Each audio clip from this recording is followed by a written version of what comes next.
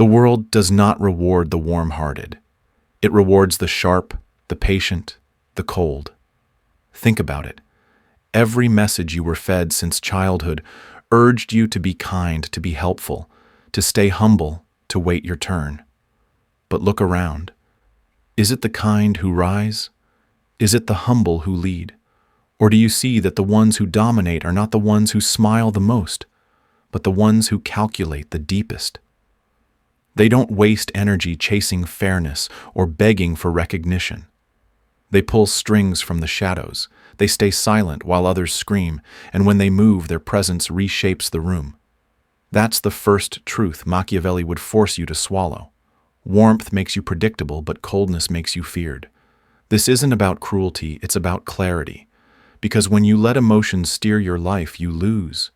And in America, where every decision is a chess move, the man who plays emotionally will always lose emotionally. Your hesitation has already cost you. Your kindness has already been weaponized against you.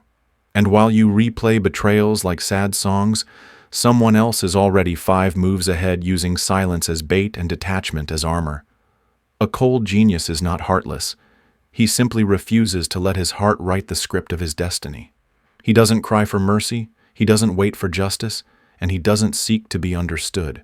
He studies, adapts, and executes. And if you want to rule your life instead of merely surviving it, you must evolve. This world is not a playground. It's a battlefield disguised as a chessboard. And the only question that matters is, will you stay the pawn everyone manipulates, or will you become the cold genius no one dares to underestimate? Chapter 1. The Harsh Opening. Why warmth fails in America. The world does not reward warmth. It never has. It rewards sharpness, calculation, and the ability to detach when everyone else is drowning in emotion. From the time you were a child, you were told that kindness was the path to respect, that humility was the way to success, that if you simply worked hard and stayed good, doors would open for you.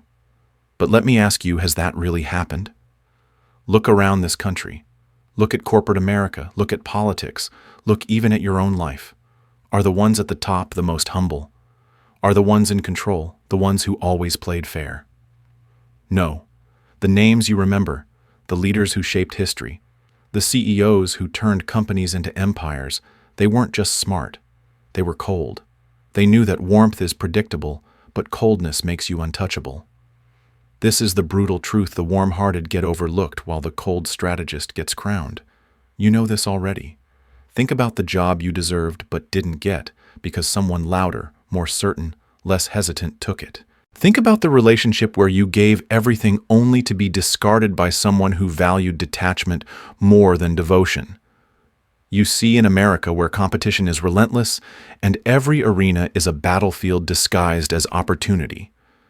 Emotion doesn't elevate you. It exposes you. Every time you hesitated, someone else seized the chance. Every time you trusted too quickly, someone else exploited it. And yet, here's the paradox. We keep telling ourselves that being good will eventually pay off, that people will notice our effort, that destiny will reward us. That is the lie that keeps millions asleep. The cold genius knows better. He doesn't hope the system will treat him fairly. He bends the system. He doesn't wait to be chosen. He positions himself where choice is irrelevant. He doesn't chase approval. He manufactures fear and respect. That is why coldness is not cruelty. It is clarity. It is the removal of illusions that keep you weak. The question is not whether you want to be kind or not. The real question is, are you willing to stay invisible for the rest of your life, or will you evolve into something sharper, harder, colder? Because history doesn't remember the warm-hearted. It remembers the dangerous few who refuse to play soft in a world that devours softness. Chapter 2. Killing the Victim. Inside you. The greatest prison in America is not a cell of steel and concrete. It's the victim mindset.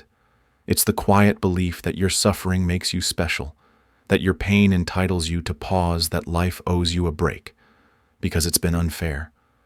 You've heard that whisper before, haven't you? It's not your fault. You've been through too much. You deserve to rest. Someone will eventually notice your struggle and rescue you. But look at the evidence. Nobody is coming. No politician, no system, no savior. If you sit still, life simply moves on without you. The victim mindset doesn't protect you, it strangles you while it convinces you it's a blanket. A cold genius recognizes this lie instantly. He knows that pain is universal. He knows betrayal, heartbreak, and injustice are not unique to him. They are the common currency of the human condition. But here is the difference. While the average man clings to his wounds like medals, retelling the same story of how the world wronged him, the cold genius uses that same wound as data, as material, as fuel. He studies it like a scientist studies a failed experiment. Why did this happen? Where did I miss the signal? How do I ensure it never happens again? His pain doesn't become poetry. It becomes strategy. Think about it. How many people do you know who live inside their tragedies? They tell you how they were abandoned, how they were overlooked, how life cheated them. They wait for sympathy, not realizing that the world does not respect suffering, it forgets it. But when you choose to kill the victim inside you, everything changes. Suddenly your suffering is no longer a sad song. It is a training ground. Your betrayals are no longer chains. They are textbooks. Every failure is no longer shame, it is research. This is the brutal turning point. Stop identifying with your scars. Stop presenting your pain as proof of your worth. Nobody respects weakness dressed in poetic excuses. You were abandoned. Good. Now you understand resilience. You were betrayed. Perfect. Now you know the cost of naivety. You were overlooked. Excellent. Now you see the necessity of making yourself undeniable. The victim dies the moment you realize this life will never hand you fairness, but it will hand you leverage if you are cold enough to take it. Chapter 3. Pain as data. Not drama. Pain is inevitable. What separates the powerless from the powerful is not whether they feel it, but how they use it. The average person in America turns pain into performance. They broadcast their heartbreak on social media. They make their suffering a storyline, hoping that likes and sympathy will stitch their wounds. They turn every betrayal into a tragic poem, every failure into a reason to pause, every rejection into a story they retell until it becomes their identity. But here is the cold truth: the world does not reward those who romanticize pain. It rewards those who dissect it. The cold genius treats pain the way a scientist treats raw data. He does not cry over what happened. He collects it. He does not drown in what was lost. He extracts the lesson. Every heartbreak is cataloged. Every betrayal dissected, every mistake broken down into variables. If he was betrayed, he asks, what red flags did I miss? If he was defeated, he studies the opponent's tactics. If he failed, he traces every decision to find the point of weakness. To the cold genius, pain is not evidence of misfortune. It is intelligence gathered from the battlefield. Think of the people you know who never evolve. They live in cycles, repeating the same heartbreaks, the same financial mistakes, the same toxic relationships, because they refuse to treat pain as information. They think their suffering is noble. They wear it like armor, but it is paper thin.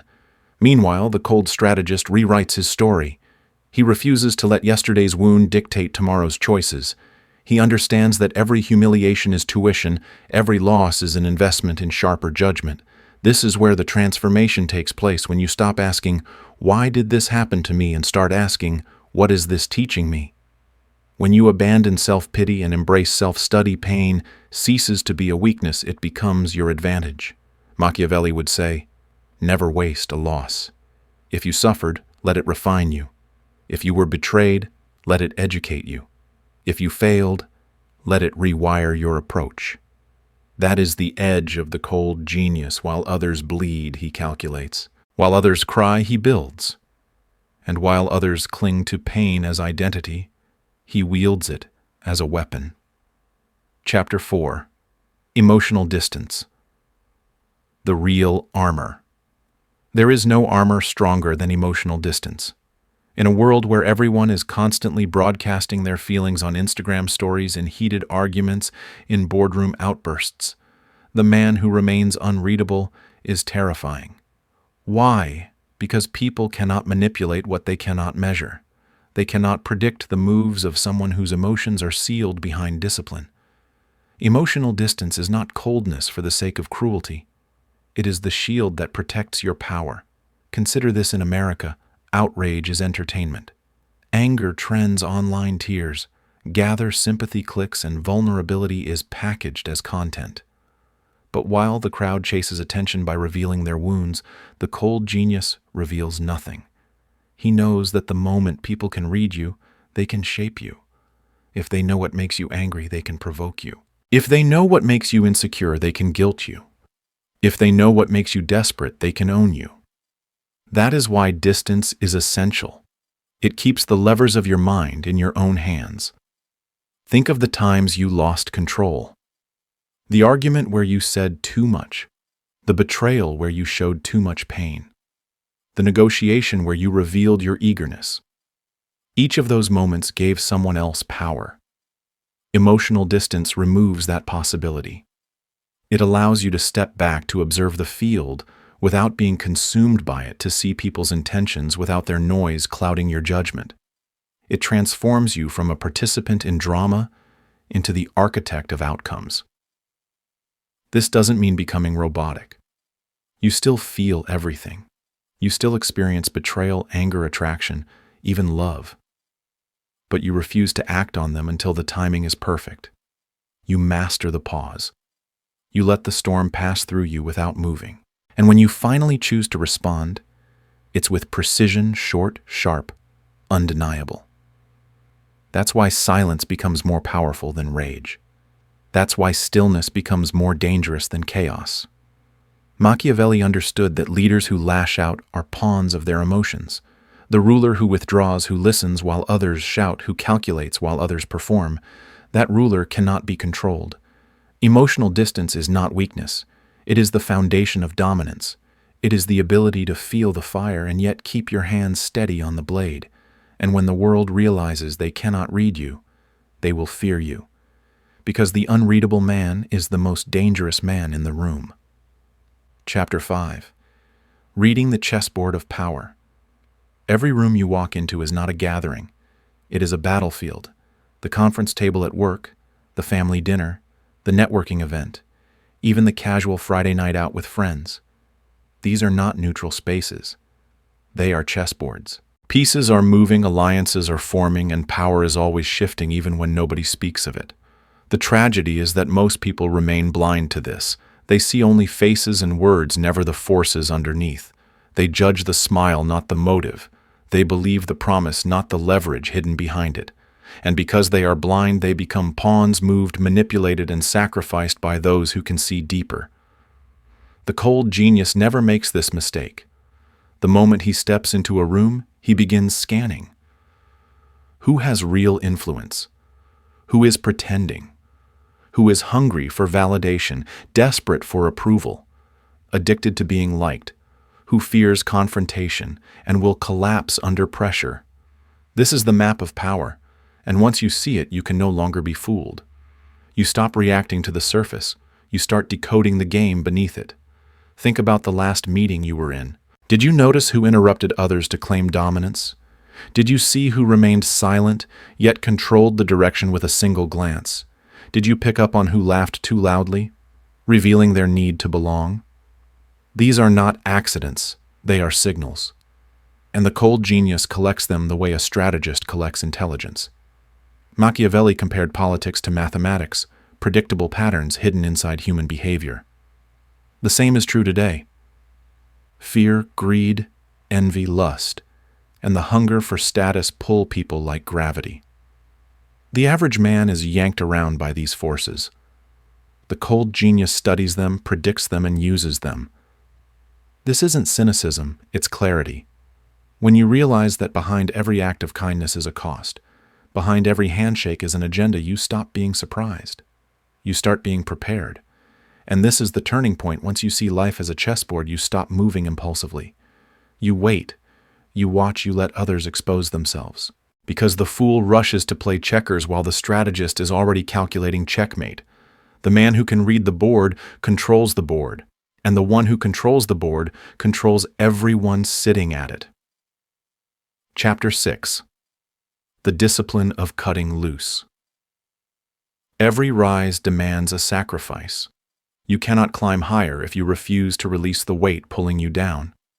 And yet this is where most people fail, not because they lack talent, not because they lack ambition, but because they lack the courage to cut loose. They cling to people who drain them, to jobs that suffocate them, to beliefs that no longer serve them. They mistake loyalty for strength, when in truth misplaced loyalty is the quietest form of suicide. Ask yourself, how many times have you stayed in a relationship long past its expiration date? How many years have you wasted in a job that killed your spirit because the paycheck felt safe? How many times have you carried friendships out of nostalgia, even though those people have become anchors, dragging you into mediocrity? This is the sickness of sentiment. It disguises chains as comfort. It whispers, stay. Remember the past. Don't let go. And every time you obey, you trade your future for a memory. The cold genius rejects this trap. He understands that progress requires severance. He does not hesitate to cut off the friend who has become dead weight. He walks away from the lover who distracts him from his mission. He abandons the familiar job that numbs his ambition. Each decision hurts, but hurt is not the enemy. Stagnation is. Pain passes. Regret lasts forever. Machiavelli warned that it is safer to be feared than loved. Why? Because fear respects logic, while love clings to fantasy. Love wants to preserve what was. Fear responds to what is. The cold genius chooses clarity over comfort, results over nostalgia, reality over illusion. He accepts that every empire, every dynasty, every leader who changed the world made decisions that broke hearts. And yet, if they had hesitated, those same hearts would have broken them instead. This is the brutal truth. Moving forward means leaving something behind. Maybe it's a person.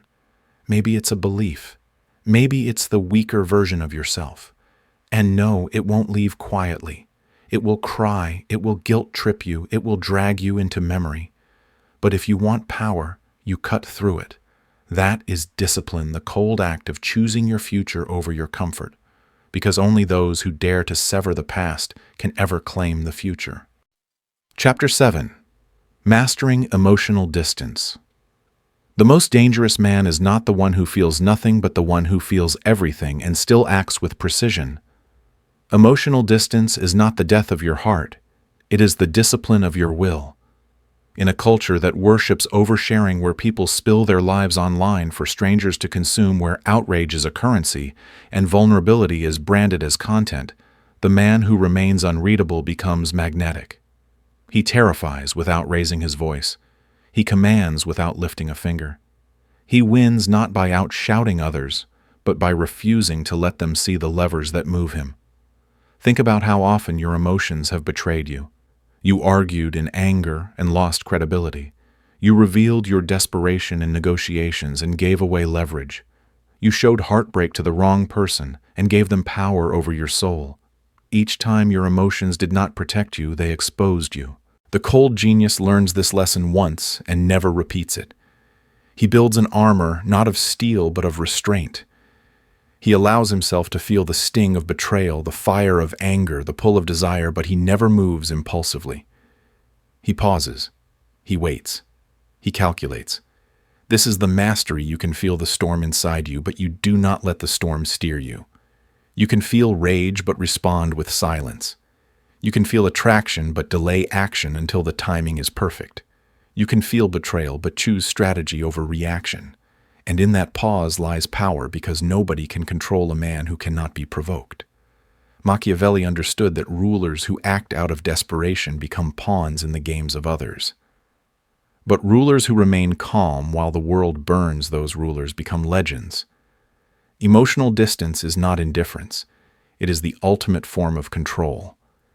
It is choosing to act only when action serves your mission, not your feelings. When you speak less, your words hit harder.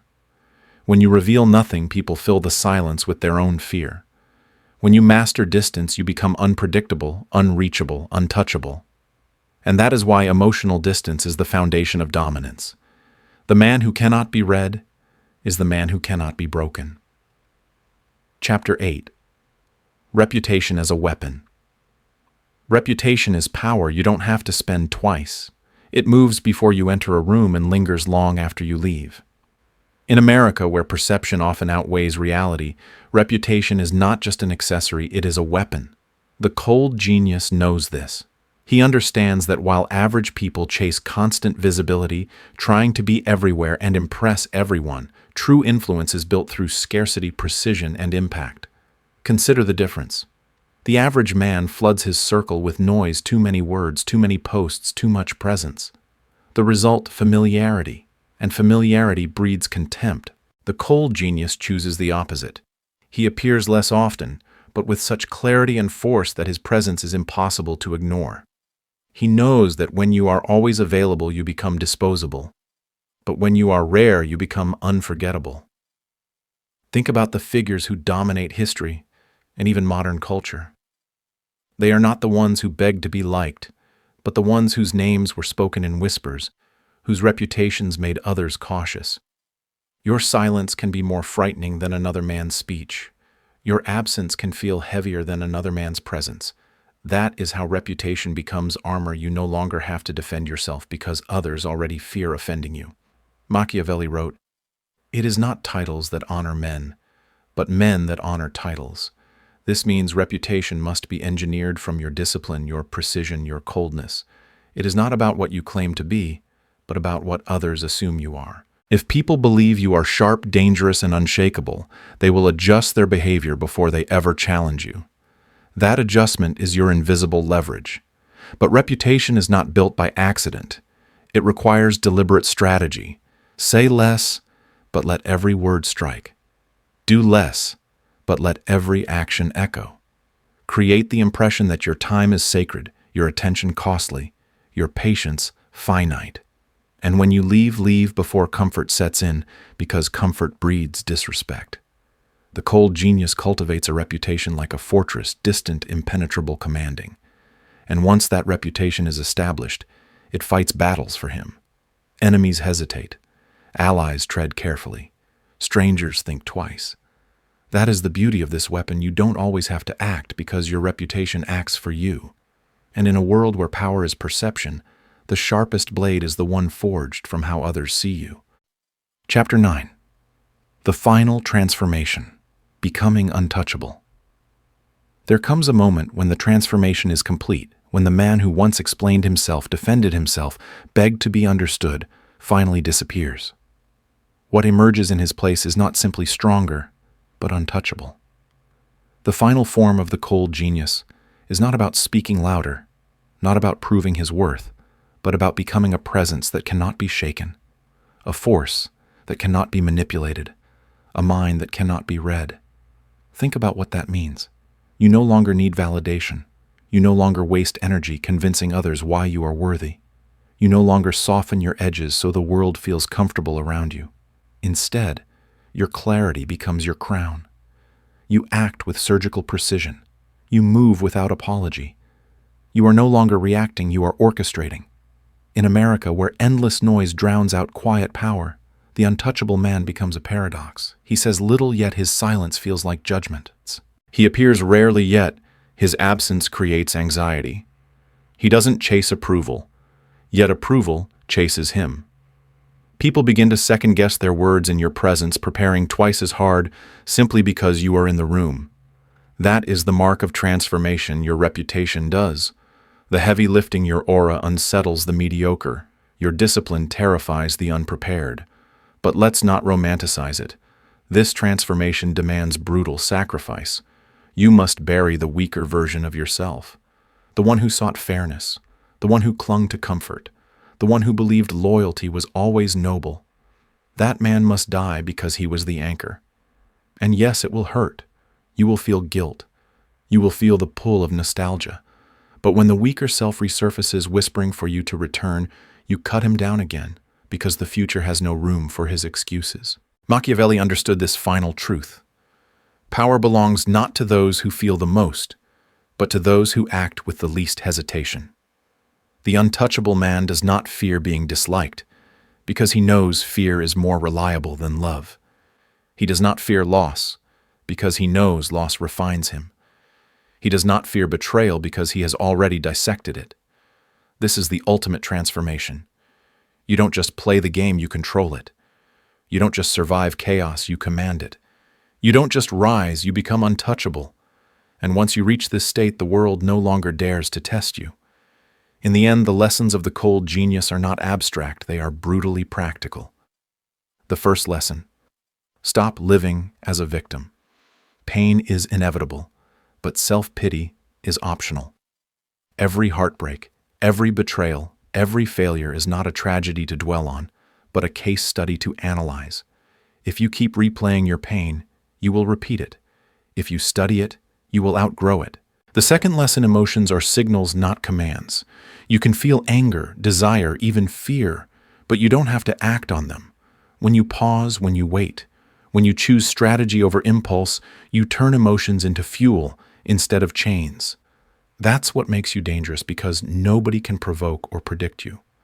The third lesson: protect your reputation. In America, where perception drives influence, your reputation works harder than your presence. When people respect your silence, when they fear wasting your time, when they second-guess their words around you, you've already won before the first move is made. And finally, understand this: you cannot carry everyone with you. Growth demands sacrifice. Some relationships, some jobs, some beliefs must be left behind if you want to evolve. It will hurt, but regret hurts more. These are not theories, they are disciplines. And if you practice them, you stop being soft in a world that devours softness. You stop waiting to be chosen and start positioning yourself as undeniable. You stop playing checkers while others play chess. You become the one designing the board. If this message hit you deeply, don't just nod and move on. Apply it. Rebuild yourself with cold clarity. And if you're ready to keep sharpening your mind and protecting your power, hit subscribe, leave a like, and share this with someone who needs to stop living as a victim. Because the world doesn't respect weakness, it respects strategy.